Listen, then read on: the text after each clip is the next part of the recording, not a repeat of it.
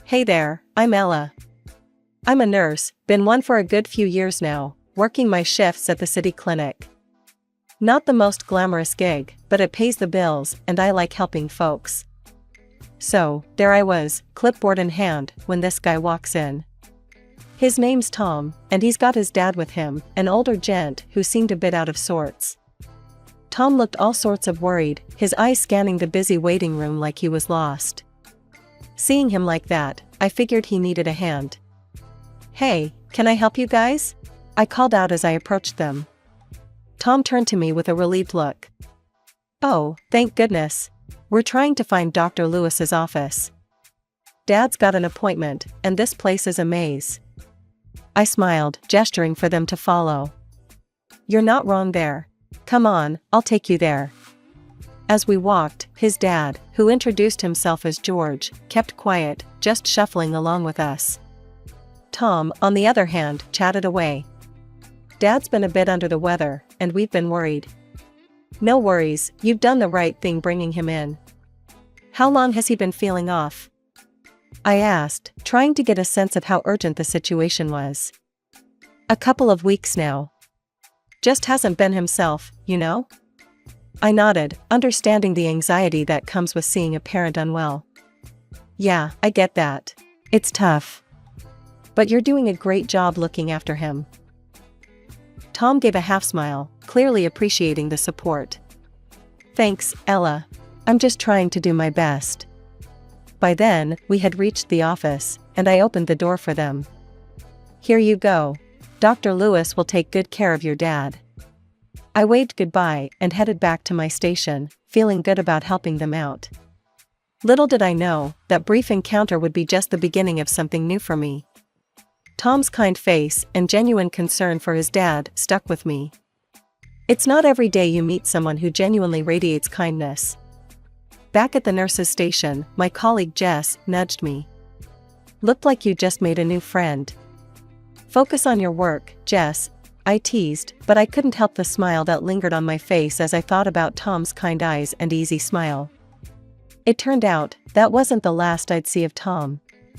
He'd pop in now and then, sometimes with his dad, sometimes with questions, or even just to say hi. Each visit, our chats got longer, laughter a bit louder, and I found myself looking forward to those unexpected moments. Months rolled by since that first help I gave Tom and his dad at the clinic. Who knew that a simple gesture would spark something that felt a bit like those cheesy romance tales? But here we were, Tom and I, finding excuses to meet up for coffee, turning those short visits into long evenings filled with chatter and laughter. One chilly evening, as we sat in our usual spot at the corner cafe, wrapped up in our warmest jackets, Tom's face got all serious, a look I wasn't used to. "Ella, there's something I've been wanting to ask you," he started, fiddling with his coffee cup. I raised an eyebrow, curious and a bit anxious.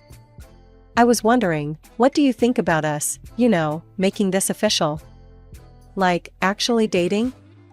I couldn't help but laugh, not at him, but at the sheer relief washing over me. "Tom, I thought you'd never ask. I'd like that, a lot." Tom's folks owned a small laundry business, something they were mighty proud of. It was their life's work, right next to their home. One Sunday, Tom invited me over for dinner to meet his parents, Nancy and George. The nerves hit me like a truck. Meeting the parents was a big deal, especially when your boyfriend had described his mom as particular and his dad as old school. The house was cozy, filled with the warm, soapy scent of freshly laundered clothes. Nancy was in the kitchen, bustling around with pots and pans, while George sat in the living room, newspaper in hand. "Mom, this is Ella," Tom introduced me as we stepped into the kitchen. Nancy eyed me up and down, a hard-to-read expression on her face. "Nice to meet you, Ella. Tom tells us you're a nurse?" "That's right, Mrs. Johnson. At the city clinic," I replied, offering a smile, hoping to break through her stern exterior. A nurse, eh? Must be tough, what with all the hours. Ever think about a more stable job?" Her tone wasn't exactly welcoming, more like she was sizing me up for something. I felt a sting at her words, but kept my cool. "I love what I do, Mrs. Johnson." It's rewarding, and I manage the hours just fine.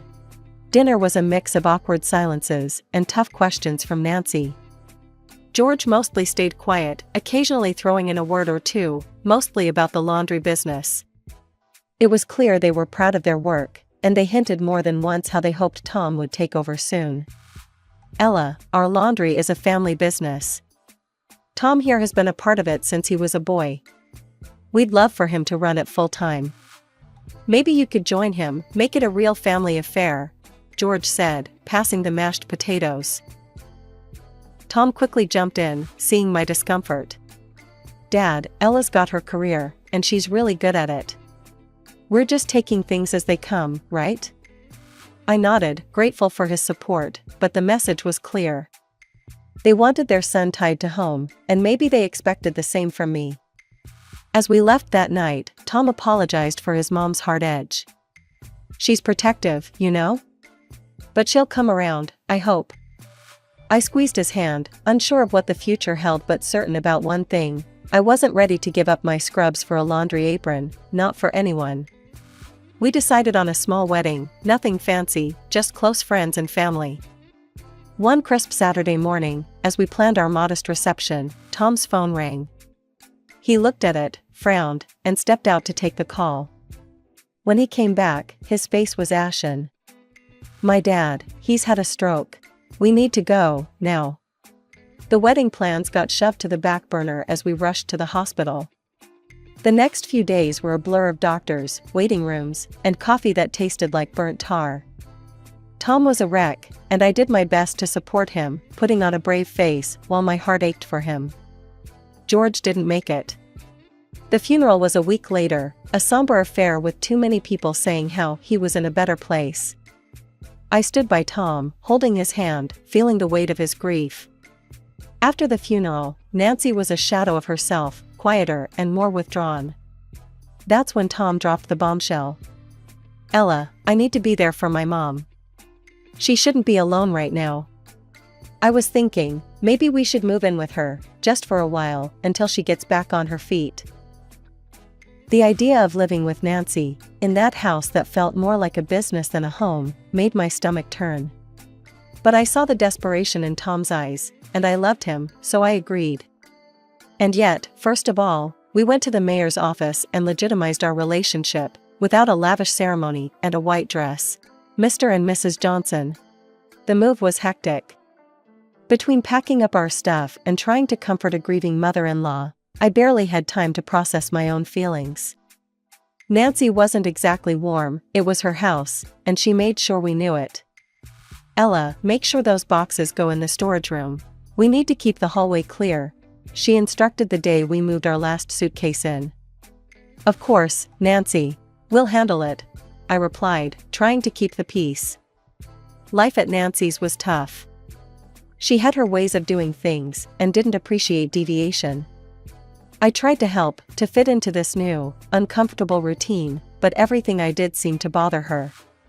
Tom was caught between us, trying to mediate but mostly just sinking deeper into his own sadness. He spent long hours at the laundry, avoiding the tension at home. I felt alone, surrounded by his family's memories and my growing resentment. Ella, why are you still working at that clinic? You should focus on helping here, with the family business, Nancy said one night as we cleared the dinner table. Nancy, I like my job.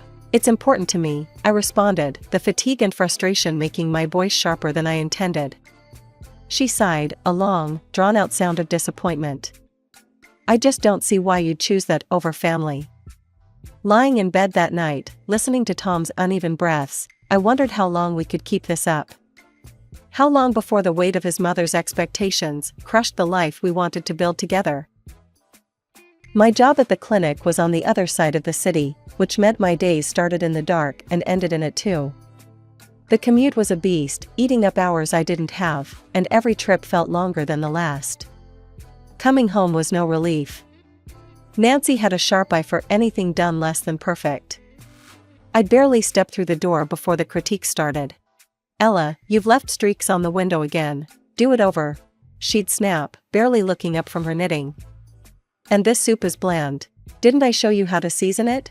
she'd add at dinner, making a face as if she'd tasted something sour. I tried, really tried, to brush it off and keep the peace, but it wore me down. Even Tom, my supposed partner in all this, started echoing his mom. "Ella, Mom's right. You could be a bit more careful with the cleaning and the cooking," he'd say, not meeting my eyes. It stung, hearing that from him, like I was failing some test I didn't sign up for. Our home felt less like ours, and more like I was an unwelcome guest who couldn't do anything right. One day, after a particularly rough shift at the clinic where I'd stayed late to cover for a coworker, earning me a small bonus, I came home with an idea. I was dead on my feet, but excited to share it with Tom. "Babe, I got a little bonus at work today. We've both been under so much stress. Why don't we take a short vacation? Just a few days. We deserve a break," I suggested, hoping for a moment of connection. Tom looked up from the bills he was sorting, his face unreadable. "That sounds great, babe, but I can't just leave the laundry. Mom can't handle it alone." "It's just a few days, Tom. She can manage, or we could call in some temporary help," I pushed back, needing something to feel normal again. Before Tom could reply, Nancy walked into the room, having caught the tail end of our conversation. Her face was set in a hard line. "A vacation? And leave me to deal with everything here? You think I'm just your backup plan, Ella?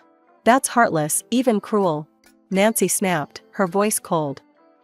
"I'm not your servant, ready to pick up slack so you can frolic on the beach. I'm not made of steel." Tom's gaze followed her, and then he looked at me, his expression tight. "Mom's got a point, Ella. You can be a bit insensitive. Maybe now's not the time for a vacation." That hurt more than Nancy's words. My own husband, who should have had my back, sided with her over a simple, well-deserved break. I felt a mix of anger and sadness, a cocktail of emotions that left me more exhausted. So, my vacation days rolled around, and instead of lying on a beach somewhere, sipping something tropical, I was stuck at home.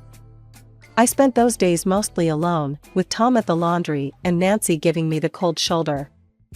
I'd escape to the city beach when I could, soaking up some sun and pretending things were different. Splitting my time between the clinic and the laundry wasn't my dream scenario, but after months of non-stop nagging from Nancy and Tom about not pitching in, I caved. "Fine, I'll help out at the laundry, but only part-time. I'm not giving up my job at the clinic," I told Tom, setting my terms. He seemed relieved, almost happy, but then he dropped another bomb. "That's great, babe, but I won't be able to pay you a salary. We'll just give you access to the family account, keep things simple and tax-free." I was too tired to argue. "Sure, whatever works," I muttered, not fully processing yet another sign that I was sinking deeper into their world, my own desires drifting away. The transition was rough. Mornings at the clinic were hectic, and afternoons at the laundry were a crash course in a business I had zero interest in. Still, I learned the ropes, got to know the regular customers, and even started seeing ways we could do things better. A few months in, I gathered enough courage to bring up my ideas at dinner. "Tom, Nancy, I've been thinking about how we could bring in more customers. Maybe we could offer loyalty discounts, or even host a weekly express service day?" Tom barely looked up from his plate. "Ella, I appreciate you trying to help, but I've been in this business since I was a kid. I know what works." I bit my lip, frustration bubbling. "It's just an idea. And there's also a room next door that just freed up. We could expand, offer more services." Nancy laughed, a harsh sound that made me flinch. "Trying to take over now? Think you can run things better than us? Don't make me laugh." I retreated, feeling smaller with each word. It was clear they didn't value my input, only my compliance. But I couldn't let it go. The laundry was struggling, and it pained me to watch something tied so closely to Tom fail because of stubbornness. One afternoon, as I folded clothes in the back, I overheard Tom arguing with a supplier on the phone. "No, I can't meet that order. We're not pulling enough profit this quarter," he said, frustration evident in his tone. I waited for him to hang up, then approached cautiously. Tom, if we're struggling with profits, why not reconsider some of my suggestions? They could really help. He sighed, rubbing his forehead. Ella, I said no. This is how we've always done it. It's not about new ideas, it's about tradition, about keeping things the way my dad ran them. I stepped back, realizing this battle was lost before it even began. Day by day, I watched the laundry's profits dip, our arguments become more frequent, and the distance between us grow. It was my birthday, a day I hoped would be a small bright spot in the dreary grind of the past months. I left a note for Tom on the kitchen table early in the morning, telling him I'd be out until noon. I wanted some time for myself, to just breathe and maybe feel a bit special. I spent the morning downtown, picking out a beautiful new dress and then treating myself to a full makeover at the beauty salon, hair, nails, the works. It felt indulgent, spending money and time on myself like that, but it was my day, and I was determined to enjoy it. However, the moment I stepped back into the house, bags in hand and feeling lighter than I had in weeks, the atmosphere shifted. I was met with a storm. Where the hell have you been? Tom barked the second I closed the door. Next to him, Nancy stood with her arms crossed, her expression thunderous. I left a note, I stammered, confused by their anger. I was out for my birthday, remember? Birthday? Tom scoffed, and Nancy snorted. A lot of good that does us. You left the laundry unattended, and there was no breakfast prepared. You think today's somehow different? Nancy accused, stepping closer. Her voice was sharp, each word a knife. Stunned, I felt my heart sink. But it's just one morning. One morning out of the entire year, I said, my voice barely a whisper now, hurt flashing through me. Nancy's lips curled in disdain. I don't care about your birthday. You're just lazy and stupid, thinking only about yourself. You don't even do a good job as a housekeeper. I looked to Tom, searching his face for any sign of support, any hint of the man I'd married. Tom, you don't believe that, do you? Tell me you don't agree with her. He met my gaze, his eyes cold and distant. She's right, Ella. Maybe you don't fit in here after all. I don't need this chaos. That was it. The last straw. My whole body trembled with the force of my decision. I want a divorce, Tom. Nancy clapped her hands, her voice rising in excitement.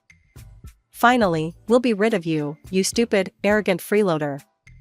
And you'll pay us back for letting you live here for 3 years. We've wasted enough on you. I laughed, a bitter sound that echoed in the tense air. Oh, I'll pay you? Funny, I was thinking you owe me for all the unpaid labor. For every holiday, every sick day I never took. That's what you'll be paying me. Nancy's face fell, her mouth snapping shut. I didn't wait for another word. I marched upstairs, pulled out my suitcases, and started packing. Clothes, a few personal items, anything I could call mine. Within an hour, I was ready. Suitcase in hand, I walked out of that house. I didn't look back, not at the home I had tried to make mine, not at the life I thought I wanted. I moved into a small rented apartment, a place that was mine alone, no judgments, no snide remarks, just quiet and peace.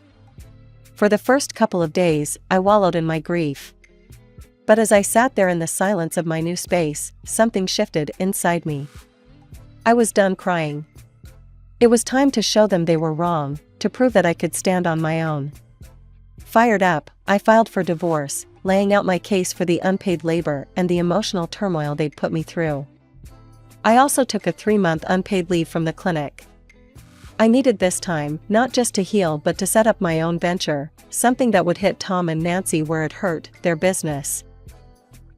I remembered the vacant room next to their laundry, the same one I had suggested they expand into.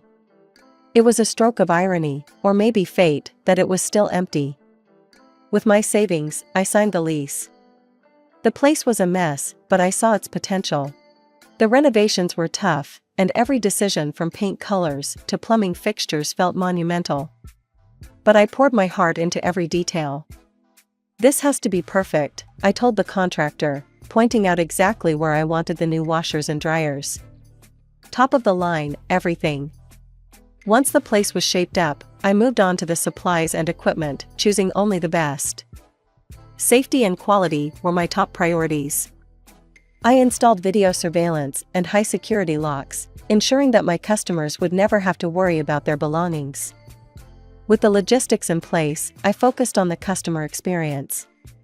I set up a small coffee machine offering free coffee, created a cozy corner for kids, and even installed a couple of slot machines to keep clients entertained while they waited. Every detail was designed to make my laundry not just a necessity, but a pleasant part of my customers' day. Opening day was a mix of nerves and excitement. People were curious, of course.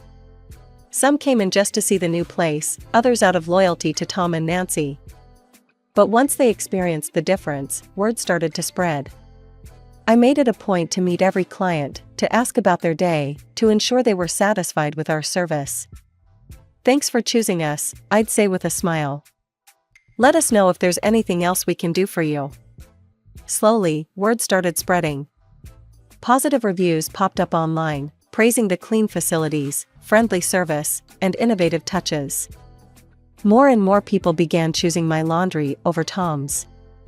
One busy afternoon, as I refilled the coffee machine, a regular customer, Mrs. Henderson, approached me. "Ella, dear, I must say, your place is a breath of fresh air. I told all my friends about it." I smiled, handing her a cup. "Thank you, Mrs. Henderson. That means a lot to me. I'm glad you enjoy coming here." The popularity of my laundry grew, and with it, so did my confidence. I had created something out of nothing, turned pain into success. The satisfaction wasn't just in the profits or the praise, it was in proving that I could thrive, that I could make something better, all on my own. It was a busy Tuesday afternoon when they walked in, Nancy and Tom, looking like a storm brewing on the horizon. I was behind the counter, sorting through orders, but I straightened up the moment I saw them. My heart skipped, not out of fear, but readiness. I had prepared for this moment, although I hoped it would never come. Nancy wasted no time, her voice loud enough to turn heads. "You've ruined us, Ella. Stolen our customers with your underhanded tactics." Tom stood behind her, his expression hard to read. He looked tired, older than I remembered. "I haven't stolen anything. People choose where they want to go. I just provided a better option," I responded, my hand subtly pressing the button under the counter that alerted my security team. "This is all low, even for you," Nancy continued, her finger jabbing in the air towards me. "Making us bankrupt, you think you're clever?" I sighed, shaking my head. "I think I'm fair. I offered ideas, remember? You both pushed me out, laughed at my suggestions. I built this from scratch, honestly, and with hard work." Tom finally spoke, his voice quiet. "Ella, this isn't what we..." "Tom, look around you. I've made this place what it is, because I listened, I adapted, and I cared. Not only about profits, but about people." Nancy's face was red, her anger palpable. "You think you're better than us, that you can just replace us?" "No, Nancy. I just chose not to settle for mediocrity," I replied, pulling up reviews on my phone and pushing it across the counter towards them. "Read these. Customers didn't leave because of me. They left because of dirty rooms, rude service, and poor quality. They left because you refused to change." She glanced at the screen, then looked away, her mouth tightening. "And now," she hissed, turning her wrath back to Tom, "you've let her destroy everything your father built." Tom's face crumpled, and for a moment, I felt a pang of old affection, quickly smothered by years of strain. Nancy turned back to me, desperation in her voice. "Give him a job, then. Take him on here. We're drowning in debt. We're going to close down." I looked at Tom, seeing the man I once loved, the man who sided with his mother against me when I needed him most. "I'm sorry, Tom. I'm running a business, not a charity. Please leave my property, or I will have to call the police." They left, Nancy muttering under her breath, Tom silent. Watching them go, I felt a chapter close, one filled with hard lessons and tougher resolutions. Since then, my laundry continued to thrive. Word of mouth and positive online reviews kept new customers coming. I eventually decided to leave the clinic altogether, pouring my heart into this venture that had started as a challenge and turned into my passion.